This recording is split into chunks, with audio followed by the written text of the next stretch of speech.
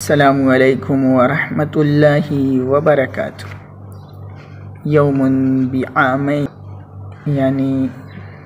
ایک دن 2 سالوں کے لیے ہم بات کریں گے یوم عرفہ کے بارے میں۔ اللہ رب العزت نے یوم عرفہ کی قسم کھائی وشاہد ومشہود، جیسا کہ رسول اللہ صلی اللہ علیہ وسلم نے فرمایا الیوم المشہود یوم عرفہ، ما من یوم اکثر من ان یعتق اللہ فیہ عبدا من النار من یوم عرفہ۔ نہیں ہے کوئی دن جس میں اتنی کثرت سے اللہ رب العزت جو ہے جہنم سے لوگوں کو چھٹکارا اور آزادی دیتے ہیں، جتنا کہ یوم عرفہ کے دن اللہ رب العزت بندوں کو جہنم سے نجات اور چھٹکارا دے۔ اور یوم عرفہ کے دن اللہ رب العزت نے شریعت کو، دین اسلام کو مکمل فرمایا۔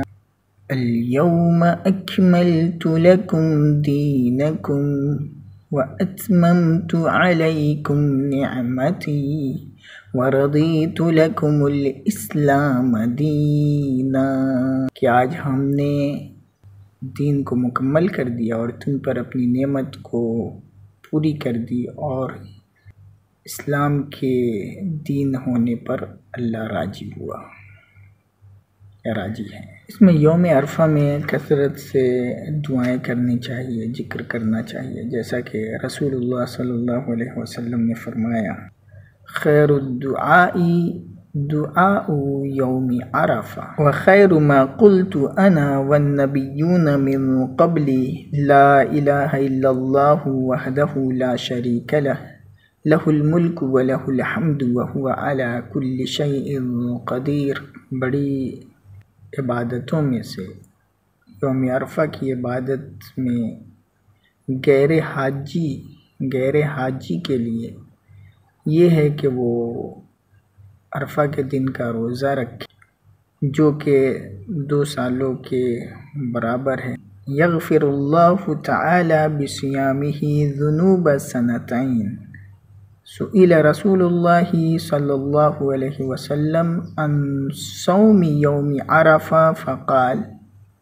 یکفر السنة الماضیۃ والباقیہ، یعنی اللہ کی ذات سے امید ہے کہ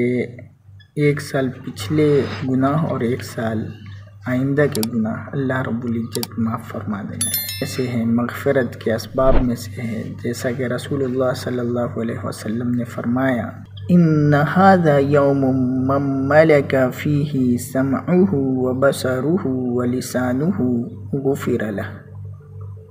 کہ جو شخص اس دن اپنے کانوں کی، آنکھ کی اور زبان کی حفاظت کرے گا، اللہ رب العزت اس کی مغفرت فرما دیں گے۔ زبان کی، کان کی، یوں تو کنٹینیو پورے سال ہر دن اپنے کانوں کی اور زبان کی اور آنکھ کی حفاظت کرنی چاہیے، اور ان کانوں کو بیہودہ چیزوں سے، لغویات سے، گانے سے، میوزک سے بچانا چاہیے، اور ان آنکھوں کو بھی حرام دیکھنے سے، زبان کو بھی بیہودہ باتوں سے، غلط باتوں سے اور بیڈ لینگویج استعمال کرنے سے حفاظت کرنا چاہیے۔ لن ینال اللہ لحومها ولا دماؤها ولکن ینالہ التقوی منکم،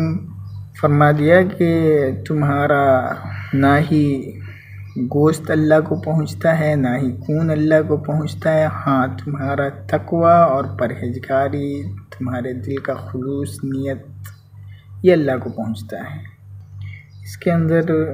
دکھاوے سے اور ان سب چیزوں سے پرہیز کرنا چاہیے۔ ہمیں جو ہے قربانی کے اندر 3 حصہ کریں، فقراء و مساکین کا، اور اپنے رشتہ داروں اور پڑوسیوں کا، اور خود اپنا، اور اس طرح سے تقسیم کریں جیسا کہ رسول اللہ صلی اللہ علیہ وسلم نے فرمایا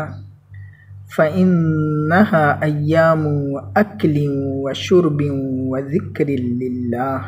یعنی کہ یہ دن ہے کھانے کا، پینے کا اور اللہ کا ذکر کرنے کا۔ عیدکم مبارک، تقبل اللہ منا ومنکم صالح الاعمال، کل عام وانتم بخیر۔